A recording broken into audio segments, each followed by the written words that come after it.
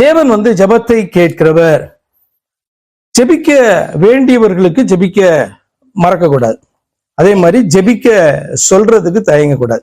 ஏன் இந்த வார்த்தையில நான் அப்படி சொல்றேன் அப்படின்றத நம்ம பார்க்கலாம். 13-16 வரைக்கும். உங்களில் ஒருவன் துன்பப்பட்டால் ஜெபம் பண்ண கடவன். எத்தனை பேர் துன்பப்படும் பொழுது கண்ணீர் துக்கம் மத்தியில ஜெபிக்கிறீங்க அல்லது சோர்ந்து போய் அமர்ந்துடுறீங்க? நமக்கெல்லாம் துன்பம் வராம இருக்காது, இல்ல கஷ்டம் வராம இருக்காது, கண்ணீர் வராம இருக்காது. அந்த நேரத்துல கொஞ்ச நேரம் பாத்தீங்க அப்படின்னு சொன்னா நம்ம என்ன பண்ணலாம்? அப்செட்டா இருக்கலாம். அடுத்து பாத்தீங்கன்னா உடனே நம்மளை தேற்றிக்கொண்டு எங்கதான் போகணும்? நம்ம அதே சோர்வுலயே நம்ம இருந்தோம் அப்படின்னு சொன்னா நம்மளால எழுந்திருக்க முடியாது. அதற்கு பதிலா துன்பப்பட்டா ஜெபம் பண்ண கடவன். ஆண்டவருடைய சமூகத்துல போய் அந்த துன்பத்தை இறக்கி வைக்க கடவன் அப்படின்னு சொல்றார். ஒருவன் மகிழ்ச்சியா இருந்தால் சங்கீதம் பாட கடவன். அப்படின்னா என்ன அர்த்தம்னா, மகிழ்ச்சியா இருக்கும் பொழுது அல்லது விடுதலை அடையும் பொழுது ஆண்டவரை மகிமைப்படுத்த சொல்லுகிறார். ஒருவன் மகிழ்ச்சியா இருந்தால் சங்கீத புஸ்தகத்தை எடுத்துட்டு பாடணும் அப்படின்ற அர்த்தம் அல்ல. சங்கீதம் பாட கடவன்னா அவன் கலிகூற கடவன், சந்தோஷப்பட கடவன், ஆண்டவரை மகிமைப்படுத்த கடவன் என்று சொல்லி அர்த்தம். 14ஆம் வசனம். உங்களில் ஒருவன் வியாதிப்பட்டால் அவன் சபையின் மூப்பர்களை வரவழைப்பானாக. அவர்கள் கர்த்தருடைய நாமத்தினாலே அவனுக்கு எண்ணெய் பூசி அவனுக்காக ஜெபிக்க கடவர்கள். அப்ப ஒருவன் வியாதிப்பட்டான் என்று சொன்னால் சரீர வியாதி மாத்திரம் கிடையாது, வேற எந்த ஆத்மாவின் காரியமாய் காணப்பட்டாலும் கூட அவன் சபையின் மூப்பர்களை வரவழைப்பான். சபையின் மூப்பர்களை வரவழைக்கிறோம் அப்படின்னா எப்படி வரவழைக்கிறது? சபையின் மூப்பர்களை நீங்க எனக்காக ஜெபம் பண்ணுங்க அப்படின்னு சொன்னா என்ன விஷயம்னு சொல்லணும்ல. நம்ம நிறைய நேரத்துல பாத்தீங்கன்னா என்ன விஷயம்ன்றதை நம்ம என்ன பண்ண மாட்டோம், சொல்ல மாட்டோம்ல. ஆனால் அவர் என்ன சொல்றாரு, என்ன பிரச்சனை அப்படின்ட்டு சொல்லி என்ன பண்றாரு, அழைக்க சொல்கிறார். அவர்கள் ஜெபம் பண்ணட்டும். ஏன் அப்படி நான் சொல்றேன்னா தொடர்ந்து நீங்க போகும்போது பாருங்க. அவர்கள் கர்த்தருடைய நாமத்தினாலே அவனுக்கு எண்ணெய் பூசி அவனுக்காக ஜெபம் பண்ண கடவர்கள்.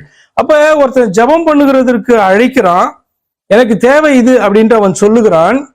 அப்போ பாத்தீங்கன்னா ஜெபிக்க பாத்தீங்கன்னா சொல்றாரு ஆண்டவர், அது ஜெபிக்க கடவர்கள் அப்படின்னு சொல்றாரு.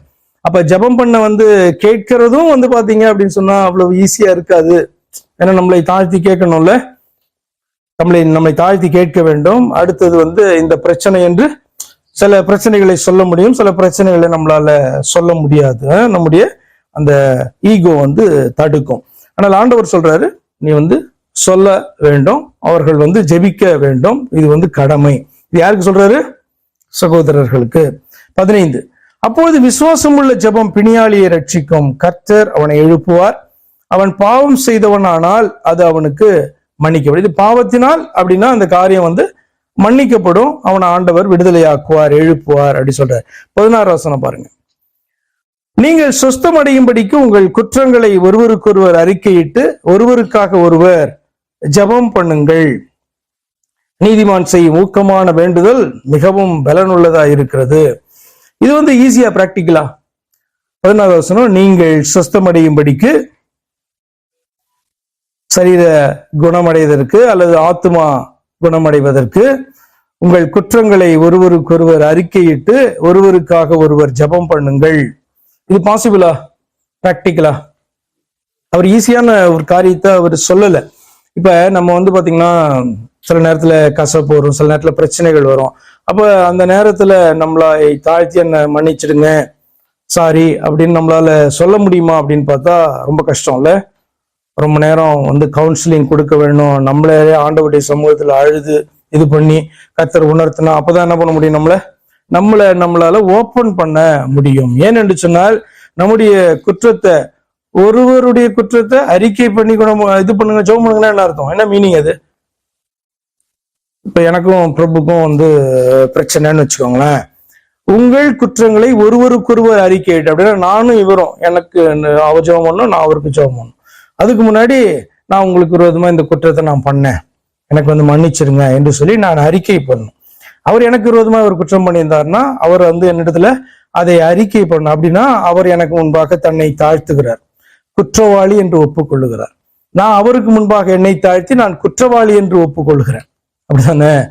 அப்ப ஆண்டவருடைய சமூகத்துல ஈஸியா என்ன பண்ணிடலாம், கதவை மூடிட்டு நான் இவ்வளவு பெரிய பாவி ஆண்டவரே, இவ்வளவு விரோதமாய் குற்றம் பண்ண, நான் மகா பாவி அப்படின்ட்டு என்ன பண்ணலாம், ஆண்டவருடைய சமூகத்துல கதறி அழுது விடலாம்.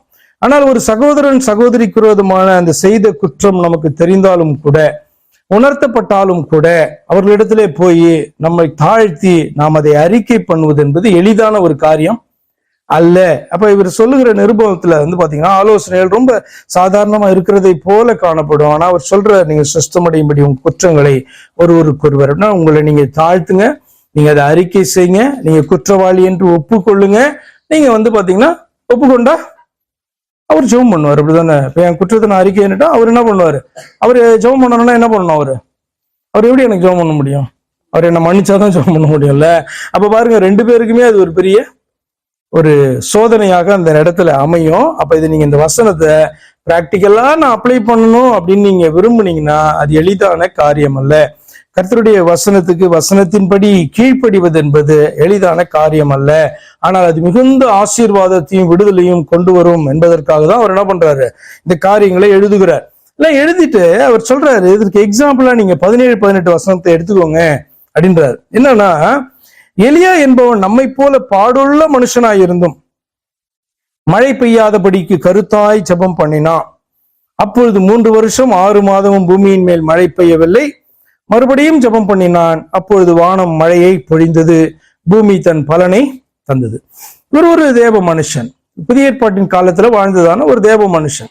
எலியாவை வாசிக்கிறவர்களுக்கு, எலிதா செய்ததான அற்புதங்கள் எல்லாம் கண்டவர்களுக்கு எலியாவை எப்படி தோணுவான்? எலியா மிகப்பெரிய ஒரு ஊழியக்காரனாக, தீர்க்கதரிசியாக, ஒரு அற்புத மனிதனாக காணப்படுவான். உண்மை, எல்லா ஊழியக்காரர்களும் அப்படிதான். ஆனால் அந்த எலியாவிடத்துல இருந்து பாத்தீங்கன்னா இந்த இடத்துக்கு என்ன தேவையோ அதை எடுத்துக்கொண்டு பேசுகிறார். எலியா பாடுள்ள மனுஷன் தானே.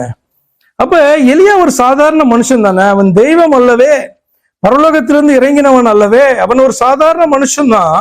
அப்ப அவ்வளவு பாடுள்ள ஒரு மனுஷனாக அவன் காணப்பட்ட போதும் ஒரு ஊக்கம் உள்ளதான ஜெபம் அப்படி அந்த நாளில் எவ்வளவு பெரிய அற்புதத்தை செய்தது என்பதற்காக அப்படி சுட்டி காண்பித்தார். எலியா என்பவன் நம்மை போல பாடுள்ள மனுஷனாய் இருந்தோம். எப்படின்னா இதெல்லாம் இன்ஸ்பைரிங் வேர்டு. ஆக்சுவலா எலியாவை பார்த்து ஜெபிக்கிறவர்களுக்கு அது இன்ஸ்பயர் பண்ணணும் என்பதற்காக யாக்கோபு பாத்தீங்கன்னா எலியாவினுடைய லைஃப்ல காணப்படுகிற ஒரு சம்பவத்தை எடுத்து அவர் பேசும்போது எலியா பாத்தீங்கன்னா ரொம்ப ஸ்பெஷலா அந்த இடத்துல பார்க்காம நம்மை போல ஒரு மனுஷன் தானே, ஆனா தேவ மனுஷனாய் காணப்பட்டான். இன்னைக்கு நானும் அவரை போல ஒரு தேவ மனுஷன் தானே, ரட்சிக்கப்பட்ட மனுஷன் தானே, அவரை விசுவாசிக்கிற மனுஷன் தானே. ஆனபடினாலே நம்ம போல பாத்தீங்கன்னா பாடுள்ள மனுஷனாயிருந்தோம். அவன் மழை பெய்யாதபடிக்கு கருத்தாய் ஜெபம் பண்ணான். அப்போது 3 வருஷம் 6 மாதம் பூமியில மழை பெய்யவில்லை. மறுபடியும் ஜெபம் பண்ணினான். அப்போது வானம் மழையை பொழிந்தது அப்படின்னு சொல்றாரு. அப்ப இப்படி எப்படி ஜெபத்துக்கு இவ்வளவு பலன் உண்டா அப்படின்றதுக்கு உண்டு. நீ பார்த்த அப்படின்னு சொன்னா உன்னை குறித்து அதிகமா நினைக்க வேணாம், ரொம்ப உன்னை குறித்து ரொம்ப சாதாரணமா நினைக்க வேண்டாம். நீ தேவ மனுஷன், ஆனா இந்த பூமியில வாழ்கிற பாடுள்ள மனுஷன் தான். அப்ப விசுவாசத்தோடு கருத்தாக நீ செய்ய வேண்டியதான காரியத்தை செய் என்று சொல்லி அவர் எழுதுகிறார். அப்ப என்ன நம்ம பார்த்தோம்? தேவன் ஜெபத்தை கேட்கிறவர், ஜெபிக்க வேண்டியவர்களுக்கு ஜெபிக்க மறவாது. ஏன் அப்படின்னு சொன்னா அவர்களுக்கு ஜெபம் அந்த இடத்துல தேவைப்படுது. நீ ஜெபிச்சா பாத்தீங்கன்னா விடுதலை ஆகலன்றது அடுத்த காரியம். நீ கருத்தா என்ன பண்ணணும்? விசுவாசத்தோட ஜெபிக்கிறது உன்னுடைய கடமை. அதனாலதான் அந்த இடத்துல போட்டப்பட்டிருக்கு ஜெபிக்க கடவர்கள், ஜெபிக்க கடவன் அப்படின்னு சொல்லி போட்டிருக்கு. அடுத்து பாத்தீங்க அப்படின்னு சொன்னா ஜெபிக்க சொல்ல தயங்காது. ஒருத்தர் நம்மள்ட்ட ஜெபம் கேட்கிறாங்க, அவங்களுக்கு ஜெபிக்க வேண்டியது நம்முடைய கடமை. அடுத்தது எனக்காக நீ ஜெபி அப்படின்னு சொல்றதுக்கு பாத்தீங்கன்னா சிலருக்கு தயக்கமா இருக்கும். சரியா, எனக்கு நீங்க ஜெபிக்கணுமா அப்படின்றது. ஆனால் ஒரு மனுஷன் பாத்தீங்கன்னா கஷ்டப்படும் போது அவன் பாத்தீங்கன்னா அழைப்பானாக அப்படி சொல்லப்பட்டிருக்கு. அப்படின்னா தன்னுடைய பிரச்சனையை சொல்லி எனக்கு ஜெப தேவை இந்த இடத்துல தேவைப்படுது, சப்போர்ட், ஜெப சப்போர்ட் எனக்கு தேவைப்படுது அப்படின்ட்டு சொல்லுகிறதற்கு வெட்கத்தை விட்டு சொல்லணும். நம்மளாம் பெரிய பெரிய ஆட்கள்லாம் கிடையாது. ஒரு பெரிய ஊழியக்காரர்களே என்ன பண்றாங்க? ஜெபத்துக்கு கேட்கிறாங்களா இல்லையா? நீங்க வேதத்துல இருந்து அதுக்கான எக்ஸாம்பிளை பார்க்கலாம். பவுல் தனக்காக ஜெபித்துக் கொள்ளும்படி சொல்லுகிறார். வசனங்களை நான் அறிவிக்கிறதற்கு எனக்காக நீங்க ஜெபம் பண்ணுங்க அப்படின்னு சொல்றாரு அல்லவா? அப்ப ஜெபிக்க கேட்கிறதற்கு பாத்தீங்கன்னா நம்ம தாழ்த்த வேண்டும். இன்னொருவருக்காக நம்ம ஜெபிக்க கடமைப்பட்டிருந்தோம்னா நிச்சயமா நம்ம என்ன பண்ணணும்? ஜெபிக்க வேண்டும். அடுத்து பாத்தீங்கன்னா யாருக்கு விரோதமாய், சகோதர சகோதரிக்கு விரோதமாய் நம்ம குற்றம் பண்ணியிருந்தோம்னா அதை 2 பேரும் அறிக்கையிட்டு மன்னித்து ஒருவருக்காக ஒருவர் ஜெபம் பண்ணணும் அப்படின்ட்டு என்ன பண்றாரு? கற்றுக் கொடுக்கிறார்.